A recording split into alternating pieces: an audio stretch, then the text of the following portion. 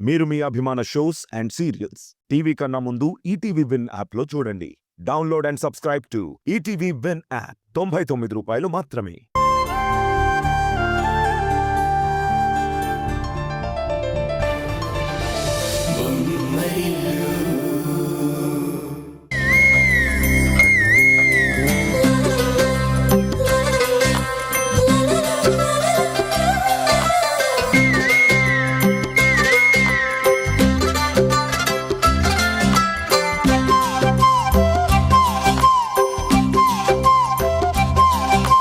బుగ్గే బంగారమా సిగ్గే సింగారమా అగ్గే రాజేసేలేమా ఒళ్ళే వయ్యారమా నవ్వే మందారమా నన్నే కాజేసేనమ్మా పట్టు చీరల్లో చందమామా 7 వన్నెల్లో వెన్నెలమ్మా కన్నె రూపాన కోనసీమా కోటి తారల్లో ముద్దుగుమ్మా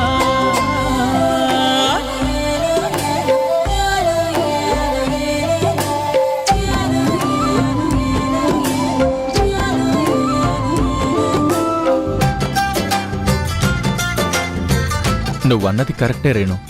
సెంటర్ ఆఫ్ అట్రాక్షన్గా నిలవాలంటే ఆ మాత్రం రెడీ అవ్వాలి. మీ వదినని చూస్తుంటే ఇప్పుడు నాకు ఆ విషయం అర్థమవుతుంది. అందుకే మరి తొందరపడద్దని చెప్పేది. మనసుకు నచ్చిన వాళ్ళు మన కళ్ళకి నచ్చినట్టు కనిపించాలంటే ఆ మాత్రం ఎదురు చూడాలి.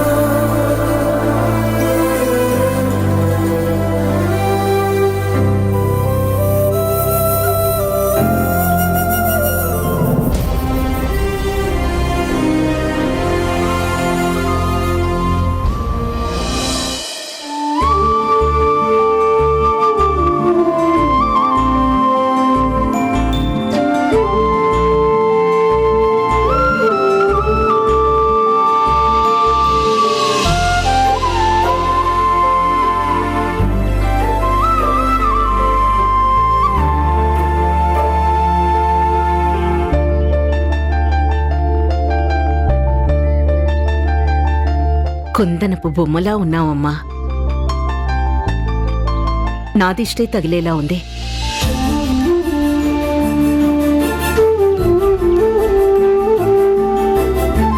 ఉషా, తీసుకెళ్ళు. రక్క అత్తయ్య గారు ఒకరు కోపం వస్తే పోనుకు వచ్చినట్టు ఆగ్రహం కురిపించేస్తారు. ప్రేమ వచ్చిందంటే అవతలి వాళ్ళకి అర్హత లేకున్నా పట్టుకోలేనంత అభిమానాన్ని అందించేస్తారు. ఇప్పుడు ఈ హారికకి ఇంత గ్రాండ్ గా ఫంక్షన్ చేయడం అవసరమా? మేఘనా, నీ మనసులో మాట నీ మొహంలో కనిపిస్తుంది.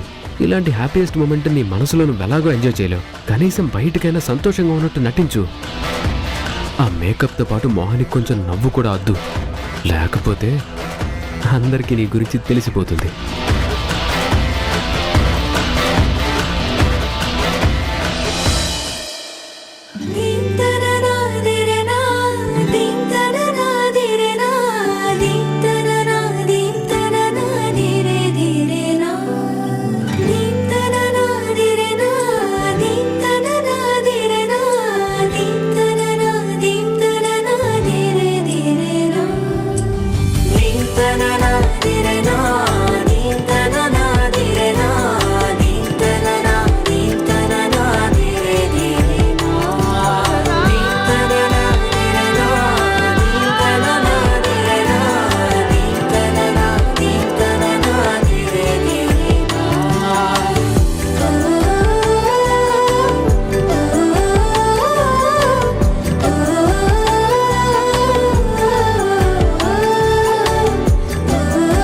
బావగారు, అందరూ చూస్తున్నారు. ఫంక్షన్ స్టార్ట్ చేద్దామా?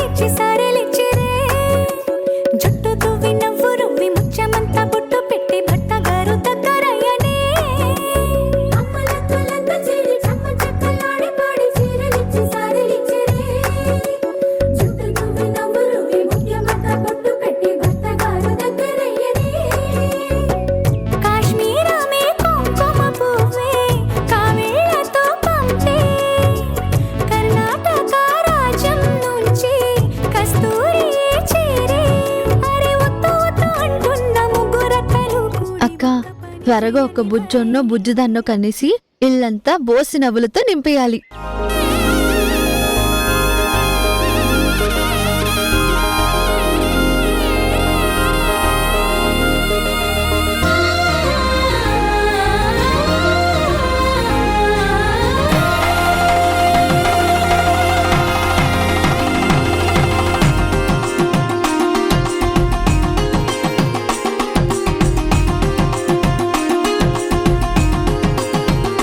సీతా సీమంతం ఇంట్లో పేరంటం చేతి గాజుల్లో మోగింది ఏదో గీతం చిగురై వాసంతం వెలుగై హేమంతం అన్ని చేరాయి ఈ చోట నిడే శాంతం అయ్యో రామయ్య సిరి నీకు సొంతం.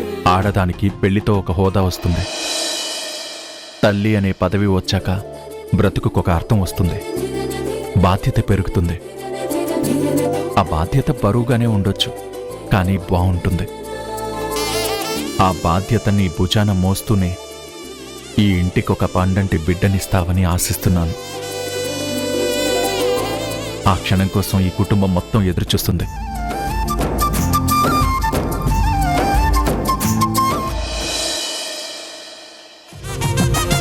శతమానం భవతి శతాయుఃపురుషస్య తేంద్రియే ఆయుష్యేంద్రియే ప్రతిష్టతి.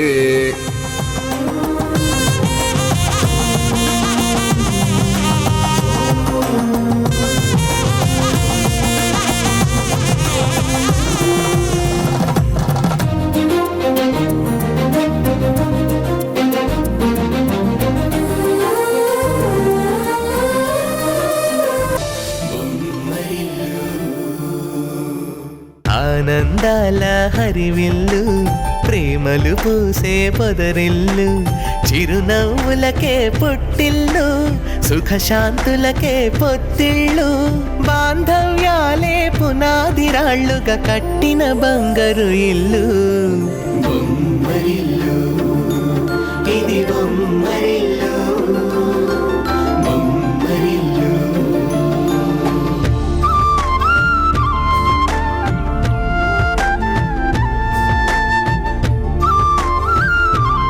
చాలా సంతోషంగా ఉంది వదిన గారు.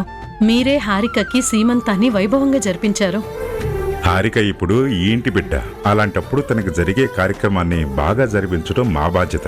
కిరణ్మయ్య ఆ బాధ్యతని ఇంకా బాధ్యతాయుతంగా చేసింది.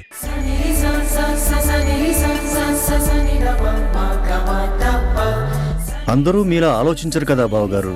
ఇంత పెద్ద ఇంట్లో ఈ చిన్నవాళ్లకి మీరిచ్చిన గొప్ప సత్కారం ఇది.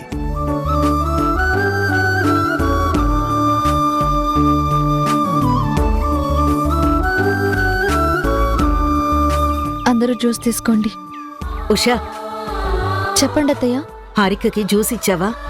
ఇంకా లేదత్తయ్య. ముందివ్వాల్సింది మాకు కాదు, హారికకివ్వు. ఉదయం నుంచి చాలా ఇబ్బందిగా కూర్చొని అలసిపోయింది. వెళ్ళి తనకి జ్యూస్ ఇవ్వు. అలాగే అత్తయ్య.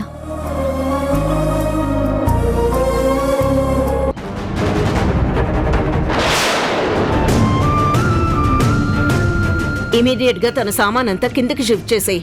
సరే అత్తయ్య.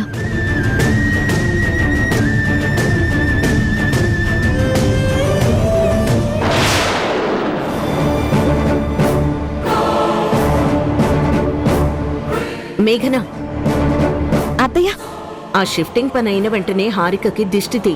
ఈ రోజు అందరి కళ్ళు హారిక మీదే ఉన్నాయి.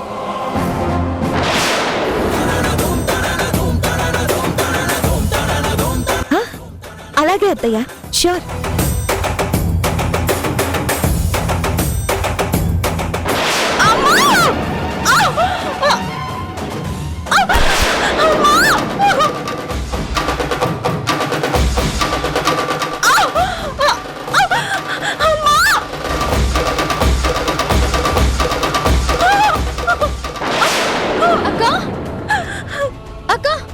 ఏమైందక్క? అక్క ఏమైందక్క?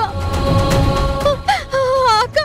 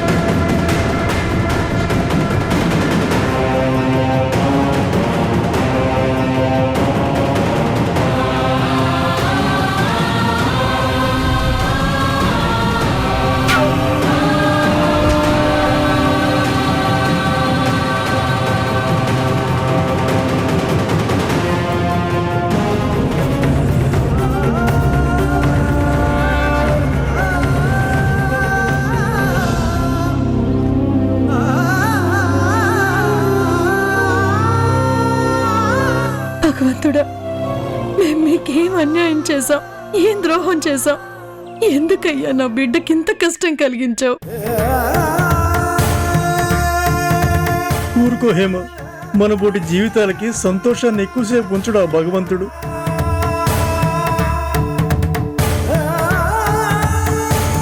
పిన్ని, మీరు ధైర్యంగా ఉండండి. అక్కకేమీ కాదు. హాస్పిటల్కి తీసుకొచ్చాం కదా, ఇక డాక్టర్స్ చూసుకుంటారు. అనవసరంగా కంగారు పడకండి. అమ్మో, ఈ ఉష ఓదార్పు వంకతో తెగ నటించేస్తోంది.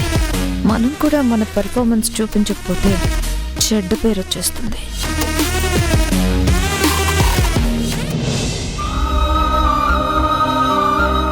ఏంటి నాన్న ఇదంతా?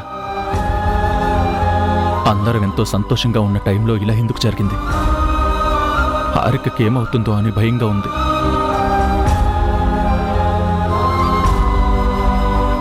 టెన్షన్ పడకురా తరుణ్, హారికకి ఏమీ కాదు. నువ్వే అధైర్యపడితే ఎలా?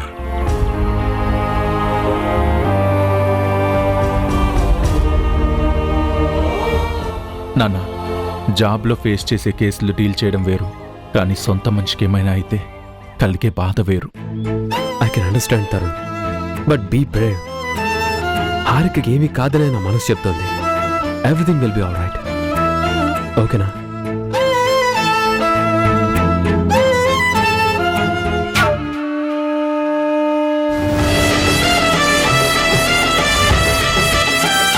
పిన్ని గారు, హారికకి ఇలా జరిగిందంటే నాకే చాలా బాధగా ఉంది. అలాంటిది మీ పరిస్థితి ఏంటో నాకు అర్థమవుతుంది. కానీ మీరు ధైర్యంగా ఉండాలి. హారిక మళ్ళీ నవ్వుతూ తిరిగి వస్తుందనే నమ్మకంతో ఉండాలి. ఏమో మేఘన, హారికకి ఏమవుతుందో అని చాలా భయంగా ఉంది. అందరం కిందే ఉండగా తనొక్కతే పైకి వెళ్లకుండా ఉంటే బాగుండేది. ఇప్పుడు ఈ దారుణాన్ని చూడాల్సిన అవసరం వచ్చేది కాదు.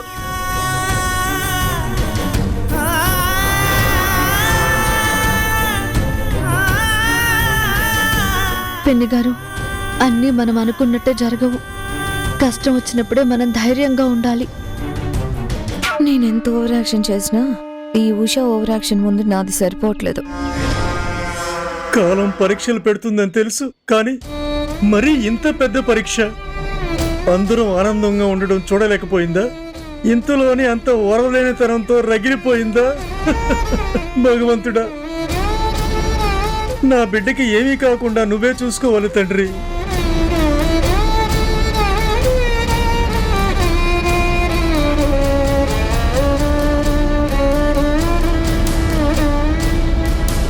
డాక్టర్ గారు, మా వైఫ్ కండిషన్ ఎలా ఉంది? ఇప్పుడేం చెప్పలేమండి.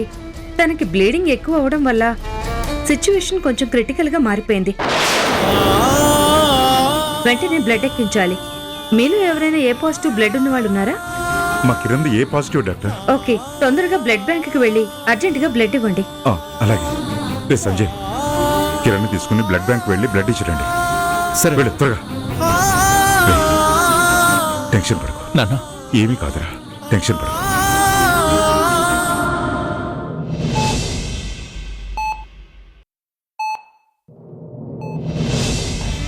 పుట్టింటికి తీసుకెళ్లి సీమంతం చెయ్యాలి కదా వదిన గారు.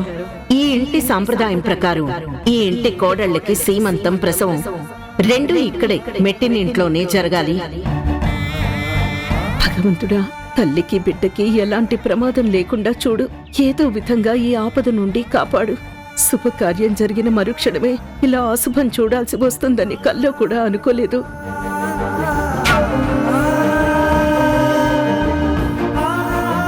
ఇంటి వారసత్వం ఇంతటి గాయానికి గురవుతుందని ఊహించనే లేదు.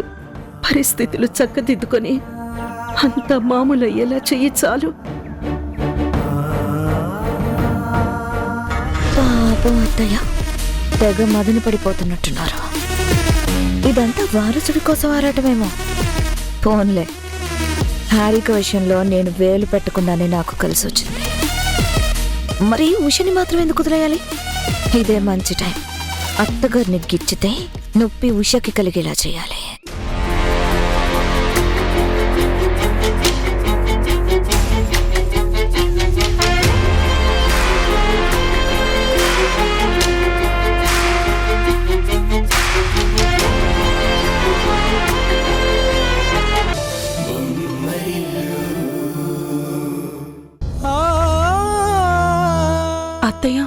ఉషా, ఏమైంది? అందరూ నన్ను అలా చూస్తున్నారు.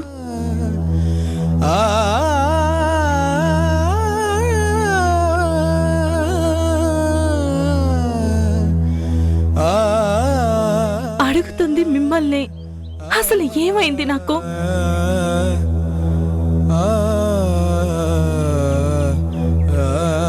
సీమంతం జరిగాక నేను రూమ్కి వెళ్ళాను.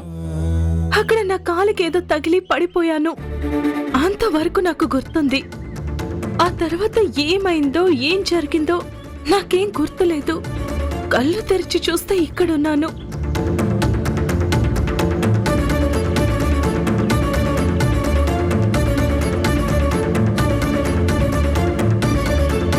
నా కడుపులో బిడ్డ లేదు అంటే నాకు డెలివరీ అయిపోయినట్టేగా. చెప్పు తరుణ్, మనకి ఆడపిల్ల పుట్టిందా లేక మగ పిల్లవాడు పుట్టాడా?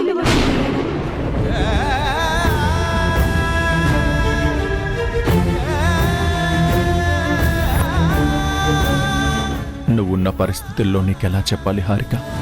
అసలు ఎలా చెప్పగలను? నువ్వు అడిగే ప్రశ్నలకి అవునని అబద్ధం చెప్పాలో కాదని నిజం చెప్పాలో తెలియక నా గుండె కొట్టుమిట్టాడుతుంది. ఏం మాట్లాడవేంటి తరుణ్? మన బిడ్డ ఎక్కడ? వేరే వార్డులో ఉంచారా?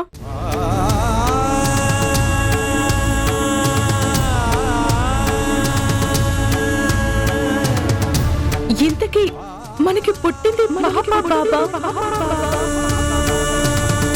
అబార్షన్ అయింది. Very sorry. అమ్మా, నాన్న, మీరైనా చెప్పండి, నా బిడ్డ ఎక్కడ? నా బిడ్డను చూడాలనుంది. ఒక్కసారి తీసుకురండి. చాలా ఘోరం జరిగిపోయింది హారిక. ఆ దేవుడు నీకు చాలా పెద్ద అన్యాయం చేశాడు.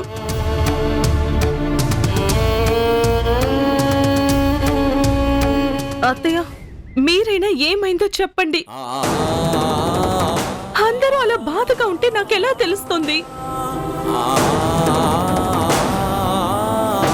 ఉషా, నువ్వైనా చెప్ప, ఏం జరిగిందో?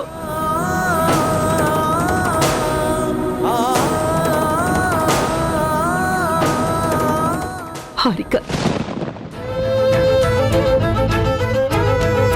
ఆ దేవుడు మీ బిడ్డని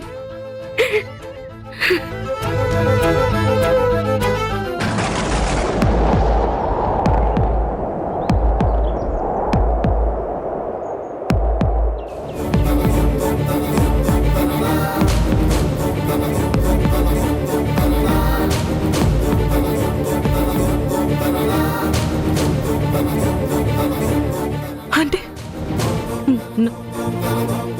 నా బిడ్డ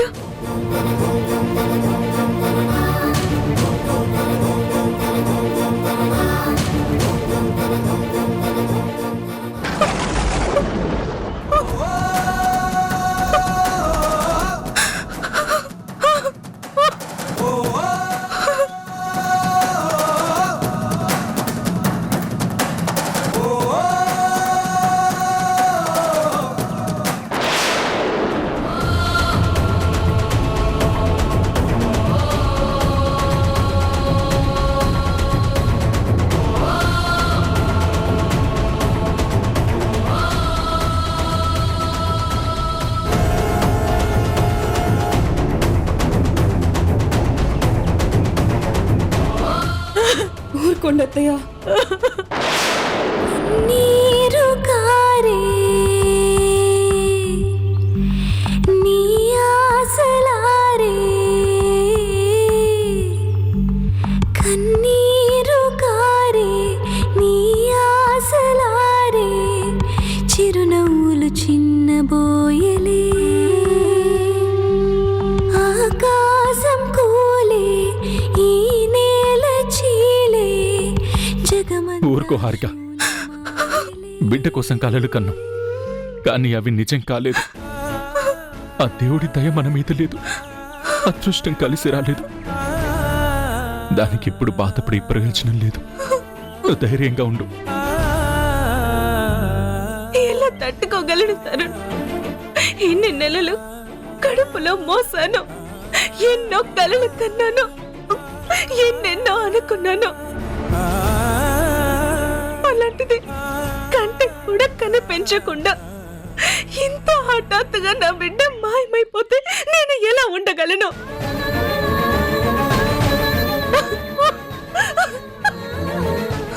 నా బిడ్డతో పాటు నేను కూడా పోయింటే. అలా అనకక్క, అంత మాట నీ నోటి నుంచి రావద్దు.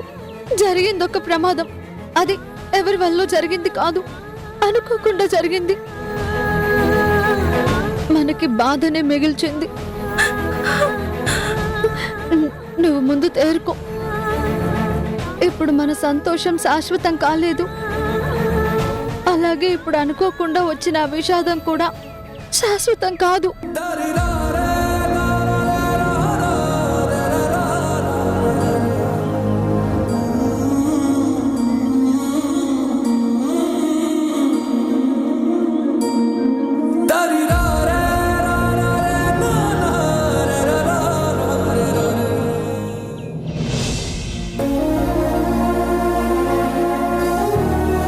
కిరణ్మయి, నైట్కి ఎలాగో డిశ్చార్జ్ చేసేస్తున్నారు కదా, ఇక మీరు ఇంటికి వెళ్ళిపోండి. అవునత్తయ్య గారు, పదండి వెళ్దాం. మీరు ఇప్పటి వరకు పచ్చి మంచినీళ్ళు కూడా తీసుకోలేదు. ఓపిక ఉండాలి కదా. వెళ్ళు కిరణ్మయి, మేము ఉన్నాం కదా.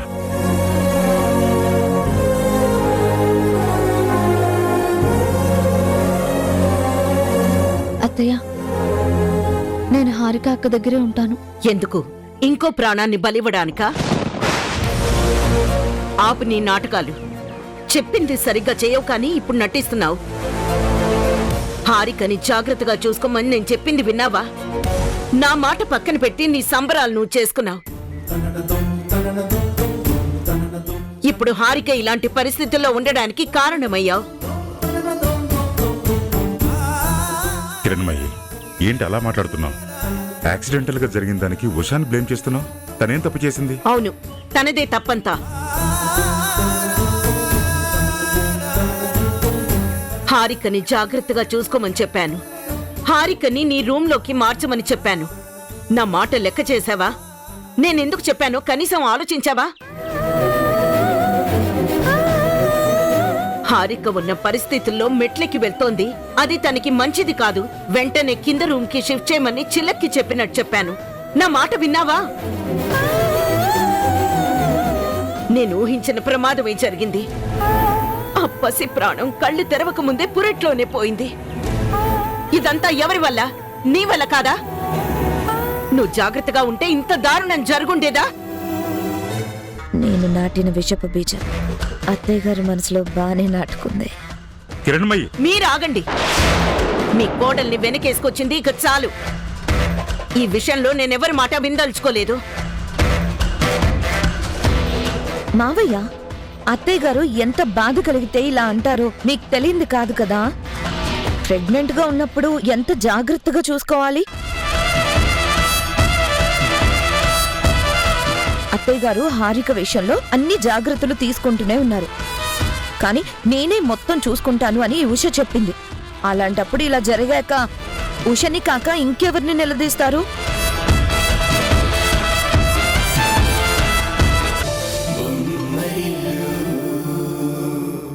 ఇన్నాళ్ళు దగ్గరుండి అన్నీ చూసుకున్న నువ్వు ఇప్పుడు నేను బాధపడుతుంటే దగ్గర లేవు. నా మనసు కుమిలిపోతుంటే పక్కన లేవు.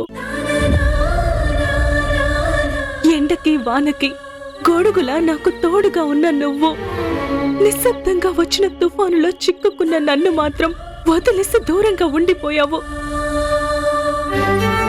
తోబుట్టువులా చూసుకునే నువ్వు కనీసం మోకం కూడా చూపించకుండా తిరుగుతున్నావు. హాస్పిటల్లో నన్ను ఆ పరిస్థితుల్లో ఒంటరిగా వదిలేసి ఎలా వెళ్ళిపోవాలనిపించింది ఉషా.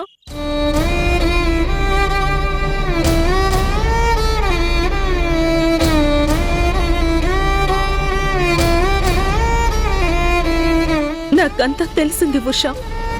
పళ్ళున్న చెట్టుకే రాళ్ల దెబ్బలు అన్నట్టు అందరి మంచి కోరి నీపై ఇలాంటి నిందలు రావడం దురదృష్టకరం. అత్త ఏదో కోపంలో మాట్లాడిన మాటలే కాని నీపై తప్పును తోసి నిన్ను బాధ పెట్టాలని మాత్రం అనుకోరు. ఏదో వారసుని కోల్పోయిన బాధలో అలా అనుంటారు అంతే. అత్తయ్య గారికి నన్ను ఏమైనా అనే హక్కుందక్క. కానీ పసిబిడ్డ ప్రాణాల్ని నేనే తీశాను అని మాట్లాడటం తట్టుకోలేకపోతున్నాను. జరిగిన దానికి ఎవరేం చేయగలం? ఆ విధి అలా రాస్తుంటే ఎవరు మాత్రం తప్పించుకోగలం? ఎవరిని నిందించగలం?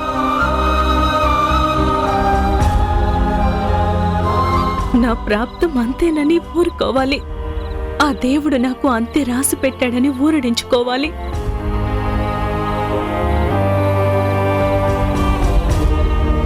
బాధపడకక్క. పరిస్థితులు అనుకూలించినప్పుడు బాధపడే ప్రయోజనం లేదని నాకిప్పుడే అర్థమైంది. జీవితం అంటే సుఖదుఖాల కలయికేనని నాకు అర్థమైంది. జరిగింది తలుచుకుని బాధపడటం కంటే దాని నుంచి నేర్చుకుని ముందుకు సాగిపోవాలి. అయినా ఇప్పుడేమైందని తిరిగి మళ్ళీ పన్నంటి పాపనో బాబునో కనగలిగే కాలం ముందు ముందు చాలా ఉంది.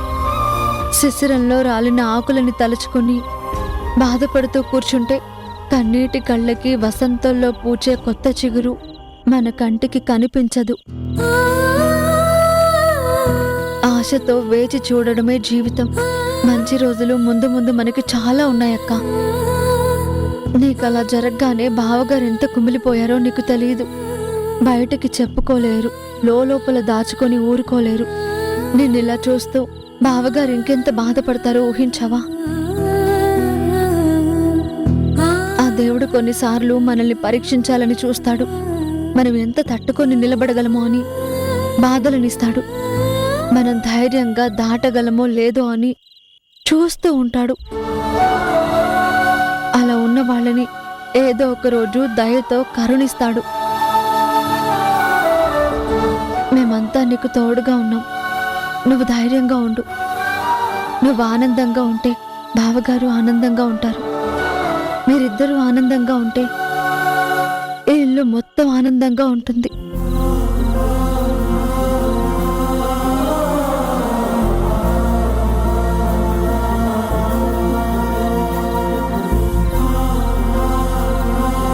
ఎప్పుడు తిన్నావో ఏమో, పదక్క, నా చేత్తో నీకు తినిపిస్తాను.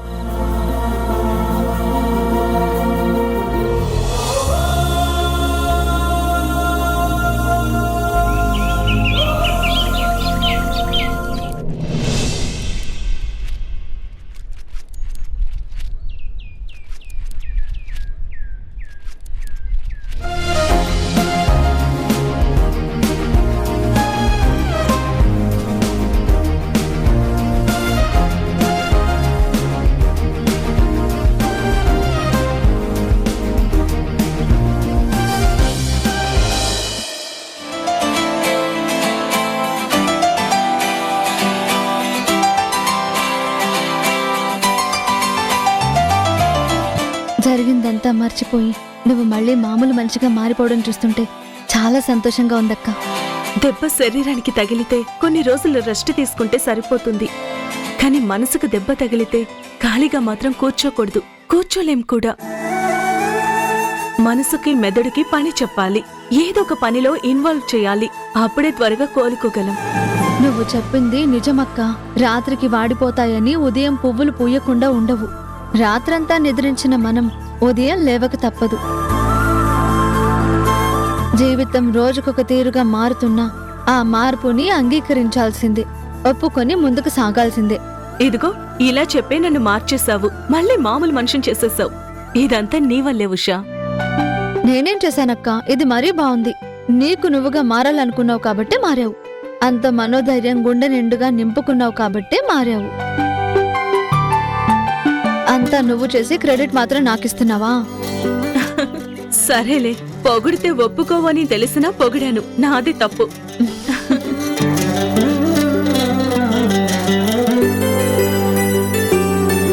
ఆ ఉషా, ఇకపై ఖాళీగా ఉండాలనుకోవట్లేదు. ఏదైనా జాబ్ చేసుకుంటాను అని తరుణ్తో కూడా చెప్పాను. సర్లే చూద్దామన్నాడు. చేతి నిండా పనుండాలంటే జాబ్కి వెళ్ళక్కర్లేదక్క. ఇంట్లోనే ఉండి ఏదైనా చేయొచ్చు. ఏంటి ఉషా నువ్వు చెప్పేది? అవునక్క, నువ్వు జాబ్ చేస్తానంటే అత్తయ్య గారు ఒప్పుకుంటారనుకుంటున్నావా? ఇంత పెద్ద ఇంటికి కోడలివి, నీకు జాబ్ చేయాల్సిన కర్మేంటని ఆపేస్తారు. మరేం చేయమంటావు? నువ్వు ముందు బావగారికి చెప్పి ఒప్పించు. తర్వాత మంచి టైం చూసుకుని అత్తయ్య గారితో మాట్లాడడం మంచిది. ఆవిడ పర్మిషన్ లేకుండా ఏం చేయలేం కదా. అందుకే మనం ఇంట్లో ఉండే ఏదైనా చేయడానికి ట్రై చేద్దాం. ముందు అదే ఆలోచించు. అంటే ఇక ఆఫీసులో ఉద్యోగాలు అంటూ తిరగకుండా సొంతంగా బిజినెస్ లాంటిదేమైనా చేయమని చెప్తున్నావా? అలాంటిదే. కానీ ఏం చెయ్యాలో ఎలా చెయ్యాలో ముందుగా ఆలోచించుకోవాలి. మన ఇంటి గౌరవ మర్యాదలకి భంగం కలగదు అని అత్తయ్య గారికి నచ్చజెప్పగలగాలి. మన ఆత్మస్థైర్యంతో అత్తయ్య గారిని ఒప్పించగలగాలి. అదెలాగో ఆలోచించు అంటున్నాను. అయితే ముందు మనం అత్తయ్య గారిని ఒప్పించాలంటే కన్విన్స్ చేయగలిగేలా ఏదైనా పెద్ద ఆలోచన చెయ్యాలన్నమాట. ఓకే, మంచి టైం చూసుకొని అత్తయ్య గారిని ఒప్పిస్తా. నువ్వు సూపర్ అక్క. ఇదే కాన్ఫిడెన్స్ తో ముందుకు సాగిపో. ఇక నీకు తిరుగుండదు. All the best. Thank you Usha.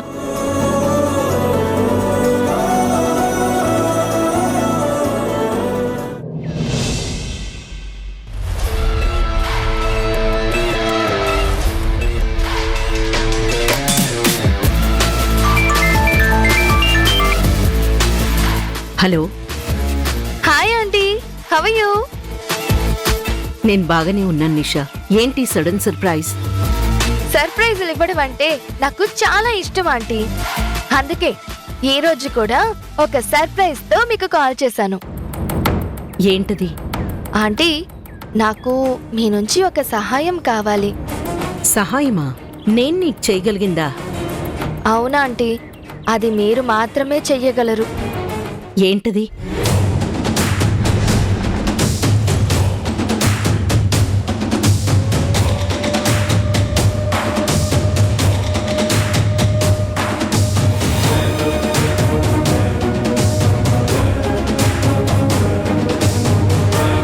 Okay Nisha, let me look into it. Thank you so much. It's all right Nisha.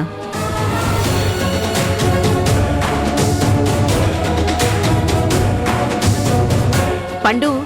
Madam, ఒకసారి కిరణ్ ని రమ్మని చెప్పు. కిరణ్, వస్తున్నా. మీ అమ్మ దగ్గర పర్మిషన్ తీసుకున్నా. ఇంకా నీకుంటుంది చూడు. నువ్వు ఫారెన్ వెళ్ళావు కదా, వెళ్ళి ఎన్నో రోజులు అవ్వలేదు. అప్పుడే రిటర్న్ వచ్చేసావేంటి? అక్కడుంటే నేనొక్కదాన్నే బాధపడాలి. ఇక్కడికొస్తేనే కదా నిన్ను బాధ పెట్టగలిగేది, కిరణ్కి నిన్ను దూరం చెయ్యగలిగేది. నిన్నే నిషా, అప్పుడే వచ్చేసావేంటి?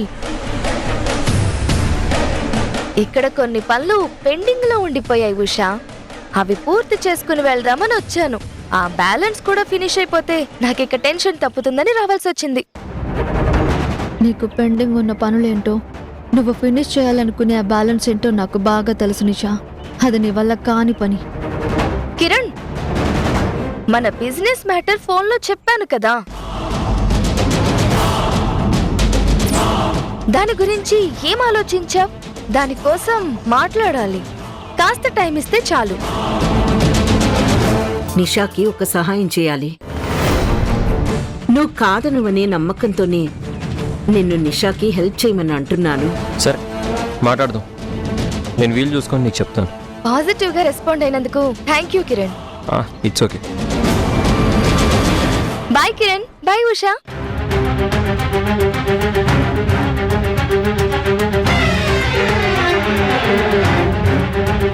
నిషా మీకు ఫోన్ చేసిందా? నిన్నేదో బిజినెస్ పని మీద కలవాలని ఫోన్ చేసింది. పైగా అమ్మకి కాల్ చేయించి రికమెండ్ కూడా చేయించింది. సర్లే, ఇప్పుడు అదంతా ఎందుకులే కానీ పద వెళ్దాం.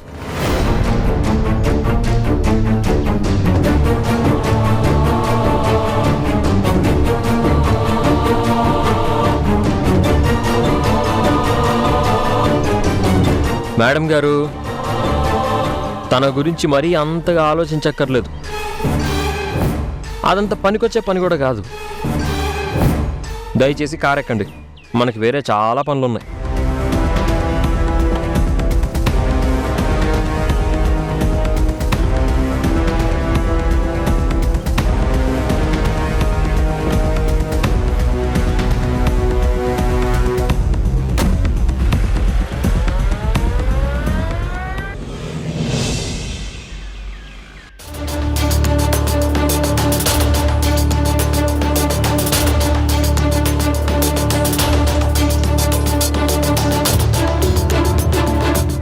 సంజయ్, ఎందుకు డల్గా ఉన్నావు?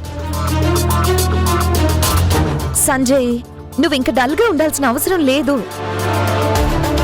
మనము మన సొంత బిజినెస్ పెడుతున్నాం. దాన్ని నువ్వు సక్సెస్ఫుల్ గా నడిపిస్తావు.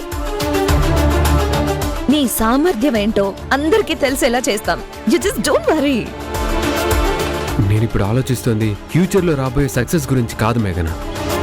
మరి పాస్ట్లో మీ నాన్నగారితో నేను ప్రవర్తించిన తీరు గురించి. పెద్దవారని కూడా చూడకుండా కొంచెం రూడ్గా బిహేవ్ చేశాను. ఆ స్వర్ణ వాళ్ళతో కలిసి బిజినెస్ చేయడం ఇష్టం లేదన్న విషయాన్ని కొంచెం కన్విన్సింగ్గా చెప్పాల్సింది. ఇప్పుడు మావయ్య గారిని ఎలా ఫేస్ చేయాలా అని కొంచెం గిల్టీగా ఉంది. నాన్న మన మంచి కోరుకునే వ్యక్తి. నువ్వేదో ఆవేశంగా మాట్లాడేసినంత మాత్రాన ఆయన ఏదీ మనసులో పెట్టుకోరు. ఇప్పుడు నాన్న వస్తున్నారు కదా, ఆయనతో మాట్లాడితే నీ మనసు తేలిక పడుతుంది. సరేనా?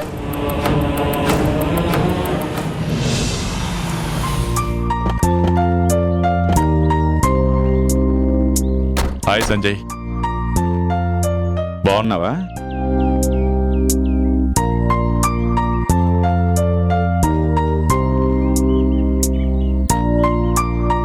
ఏంటి సంజయ్ ఎందుకో చాలా డల్గా కనిపిస్తున్నాడు? అబ్బే ఏం లేదు నాన్న, ఆ రోజు మీతో దురుసుగా ప్రవర్తించారని కొంచెం డల్గా ఉన్నారు. అవును మావయ్య, నేను ఆ రోజు మీతో అలా మాట్లాడకుండా ఉండాల్సిందే. పెద్దవారని కూడా చూడకుండా పరుషంగా మాట్లాడినందుకు నన్ను క్షమించండి. చూడు సంజయ్, నేను నీకు పిల్లనిచ్చిన మామని. మీ మేలు కోరుకుంటాను, కానీ మీరు చేసే చిన్న చిన్న తప్పుల్ని నేను పట్టించుకోను. అయినా నువ్వు క్షమించాల్సినంత తప్పేం చేయలేదు. నీకు వాళ్లతో కలిసి బిజినెస్ చేయడం ఇష్టం లేదు. దాన్ని కుండబద్దలు కొట్టినట్టు చెప్పావు. దానికి నువ్వేదో పెద్ద నేరం చేసినట్లు క్షమాపణ చెప్పడం ఏంటి?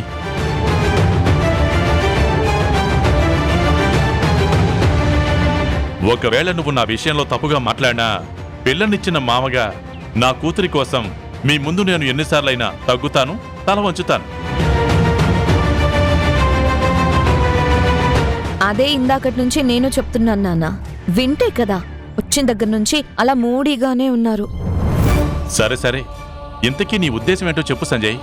ఏం లేదు మావయ్య, నాకు మా శత్రువులతో కాకుండా ఇంకెవరితో అయినా బిజినెస్ చేయడానికి ఎటువంటి అభ్యంతరం లేదు. సరే, ఆ విషయం నేను చూసుకుంటాను. ఇంకా నీకేమైనా కండిషన్స్ ఉన్నాయా? కండిషన్స్ అంటూ ఏం లేవు మావయ్య, కానీ as early as possible business పెట్టాలి. అమ్మ కంపెనీలో ఉండి పనిచేయడం ముళ్ళ మీద కూర్చున్నట్టుంది. ఎంత త్వరగా వీలైతే అంత త్వరగా ఆ కంపెనీ నుంచి బయటికి రావాలి. నా సొంత కంపెనీ పెట్టుకొని నేనేంటో ప్రూవ్ చేసుకోవాలి. నువ్వు ఇదే మాట మీద ఉండు. మీ చేత ఒక మంచి బిజినెస్ పెట్టించి మిమ్మల్ని ఎవ్వరూ ఊహించలేని స్థాయిలో నిలబెట్టే బాధ్యత నేను తీసుకుంటాను. థ్యాంక్స్ మావయ్య. నన్ను ప్రూవ్ చేసుకోవడానికి మీరు నాకు ఇచ్చిన ఈ అవకాశాన్ని వృధా పోనివ్వను. ఈ బిజినెస్ ప్రపంచంలో ఒక బెస్ట్ బిజినెస్ మ్యాగ్నెట్గా నిలబడతాను.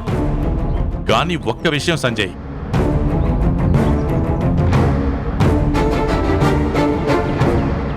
నువ్వు సెపరేట్గా బిజినెస్ స్టార్ట్ చేస్తున్నావన్న విషయం మీ అమ్మగారికి ఎట్టి పరిస్థితుల్లోనూ ముందుగా తెలియకూడదు. ఎందుకు మావయ్య? తెలిసిందంటే ఆదిలోనే నీకు అడ్డంకులు ఏర్పడతాయి.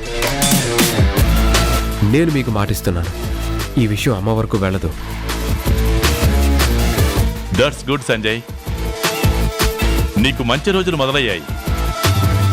నీకోసం నువ్వు బతికే జీవితం రాబోతోంది. అవును మావయ్య, నేనుగా జీవించాలి. నన్ను నేను గొప్పగా చూపించుకోవాలి. అలా జరగాలంటే ఈ బిజినెస్ని త్వరగా స్టార్ట్ చేయాలి. సంజయ్, ఒకవేళ నువ్వు మళ్ళీ పనికిరాని ఆలోచనలతో ఈ బిజినెస్ విషయం పక్కన పెట్టావనుకో, నేను వెంటనే బట్టలు సర్దుకొని ఇంటికి వెళ్ళిపోతాను. నీకు ఆ ఛాన్స్ రానివ్వలే మేఘన.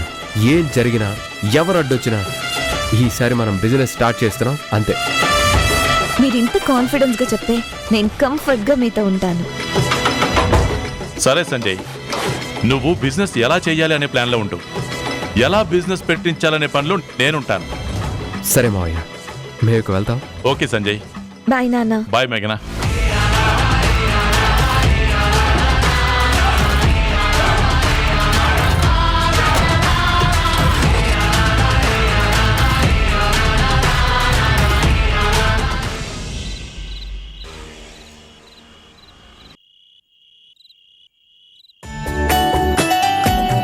మొత్తానికి ఒక మంచి నిర్ణయం తీసుకున్నారండి. నేను ఎప్పటి నుంచో ఇలాంటి సమయం కోసం ఎదురు చూస్తున్నాను. నువ్వు చెప్పినప్పుడు సొంత బిజినెస్ మనకి ఎంత తృప్తినిస్తుందో నాకు అర్థం కాలేదు మేఘన. మనకి విలువ తగ్గినప్పుడే ఇలాంటి విలువైన ఆలోచనలు వస్తాయేమో. ఇప్పటికైనా మీ విలువను మీరు గుర్తించినందుకు నాకు చాలా హ్యాపీగా ఉంది. వెళ్దామా?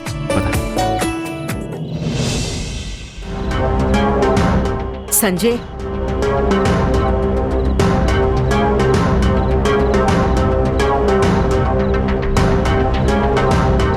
మేఘన నీతో కలిసి బయట నుంచి వస్తోందేంటి? మీ ఇద్దరూ కలిసి బయటికి ఎప్పుడు వెళ్ళారు?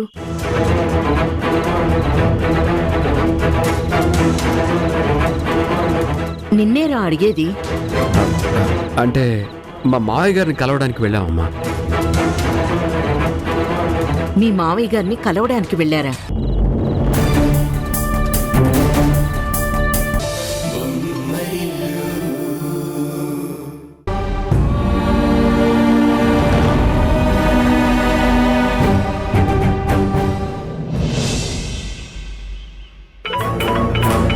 దేవుడు గారు నాకు కాల్ చేస్తున్నారేంటి?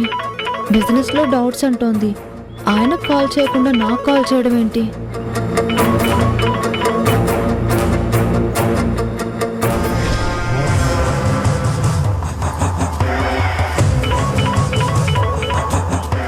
అబ్బా, ఈ నిమిషం లిఫ్ట్ చేసే వరకు వదిలేలా లేదు.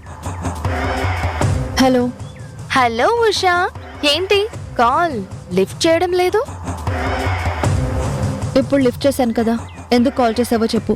ఇక్కడ నాకు చాలా పనుంది. నీకొక స్వీట్ న్యూస్ చెప్పడానికి కాల్ చేశాను. నువ్వు చెప్పే స్వీట్ న్యూస్లు, హాట్ న్యూస్లు ఇప్పుడు వినే మూడ్లో నేను లేను. అలా అంటే ఎలా ఉషా? ఇప్పుడు నేను చెప్పే విషయం వింటే నీకు మూడ్ ఆటోమేటిక్ గా వచ్చేస్తుంది. ఇప్పుడే ఆఫీస్ కి వెళ్ళి కిరణ్ ని కలిసి వచ్చాను. ఏంటి టాపిక్ ఇంట్రెస్టింగ్ గా ఉందా? ఇప్పుడు వినాలనిపిస్తుందా? వింటావు, అంతేకాదు షాక్ కూడా అయ్యుంటావు. ఈ ఒక్క మాటకే షాక్ అయిపోతే ఎలా ఉషా? నువ్వు మరింత షాక్ అవ్వడానికి నీ మొబైల్ కి కొన్ని ఫొటోస్ పంపించాను, చూడు.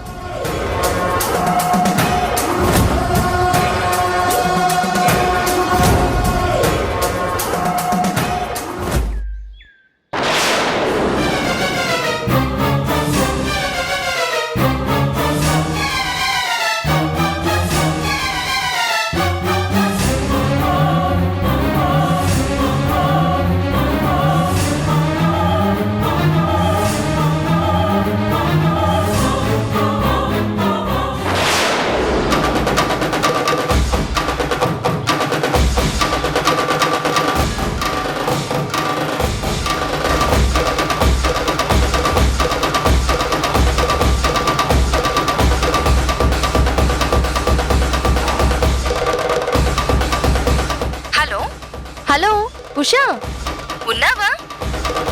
చెప్పు. షాక్ మీద షాక్ తగిలేసరికి షేక్ అయిపోతున్నావా? ఇలాంటి షాకులు, షేకులు మునుముందు నువ్వు ఇంకా చూస్తావు. చూసావుగా కిరణ్ నాతో ఎంత క్లోజ్ గా ఉంటున్నాడో. ఇవన్నీ నేను నమ్మను. ఆయన గురించి నాకు తెలుసు. చూడు ఉషా, అందరికీ ఆకాశంలో ఎవరో ఒకరు నీలిరంగు గోడ కట్టినట్టు కనిపిస్తుంది, కానీ అది నిజం కాదు, అదొక శూన్యం.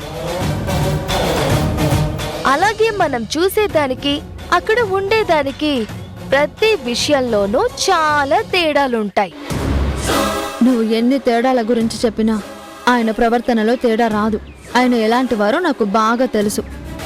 ఈ లోకంలో చాలా మంది ఇలాగే అనుకుంటారు. వాళ్ళకి తెలియని విషయాలన్నీ తెలుసనే అనుకుంటారు. నీకు తెలిసింది చాలా తక్కువ ఉషా. నీకు తెలియనివి, నువ్వు తెలుసుకోవాల్సినవి చాలా ఉన్నాయి. కిరణ్ నాతో క్లోజ్ గా లేనట్టు నీ ముందు నటిస్తున్నాడు, అంతే.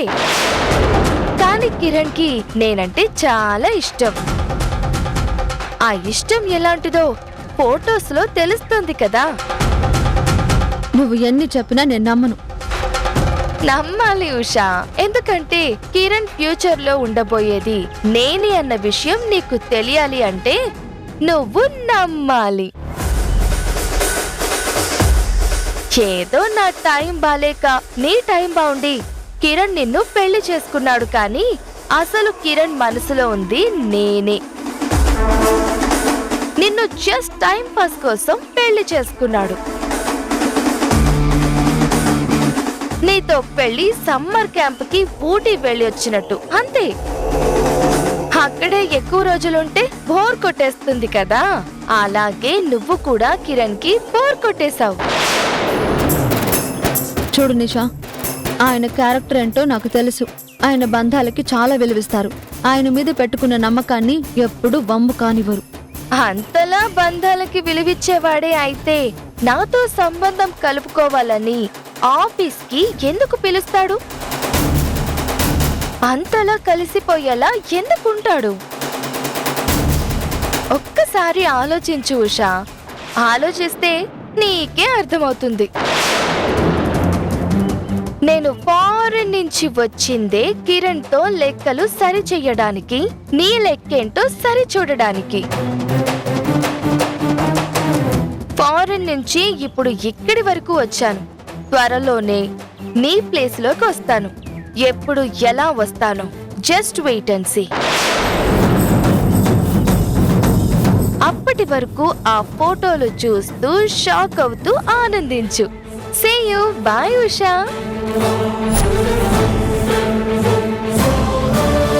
నిషా చెప్తుంది నిజమా, లేక నా కళ్ళు నన్ను మోసం చేస్తున్నాయా? అసలు ఆయన నిషాని కలవనని చెప్పారు, కానీ ఫోటోలు చూస్తే కలవడం కాదు, కలిసిపోతున్నట్టున్నాయి. ఏది నిజం? ఎవరిని నమ్మాలి?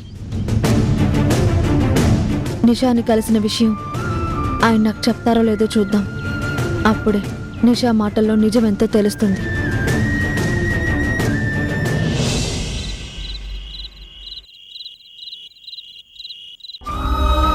కిరణ్ నాతో క్లోజ్ గా లేనట్టు నీ ముందు నటిస్తున్నాడు అంతే. నేను ఫారెన్ నుంచి వచ్చిందే కిరణ్ తో లెక్కలు సరి చెయ్యడానికి. త్వరలోనే నీ ప్లేస్ లోకి వస్తాను. ఆయన ఇంకా ఇంటికి రాలేదేంటి? ఎప్పుడూ ఇంత లేట్ అవ్వదు, ఇప్పుడెందుకు ఇంత లేట్ అయింది? ఆఫీస్ పనులు కాకుండా ఇంకేం పనులున్నాయి? నిజంగానే ఆయనకి కొత్త స్నేహాలు ఏమైనా మొదలయ్యాయా? ఒకసారి ఫోన్ చేసి చూద్దాం.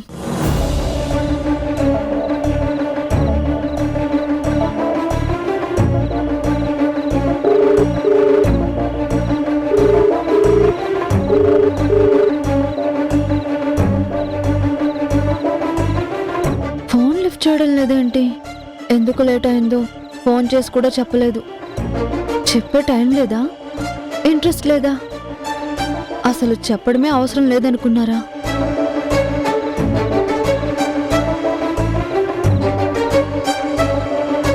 ఆయనకి నా మీద ప్రేమ తగ్గిందా? ఇష్టం తగ్గిందా? ఇంట్రెస్ట్ తగ్గిందా? ప్రేమ అలాగే ఉంటే ఆఫీస్లో నిషా కలిసిన సంగతి ఫోన్ చేసైనా నాకు చెప్పేవారు. ఇంటికొచ్చైనా చెప్తారా? చెప్తారా చెప్పరా?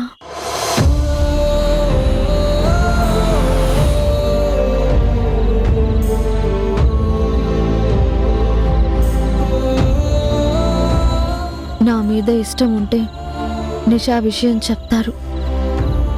ఇష్టం తగ్గకపోతే నిజం చెప్తారు.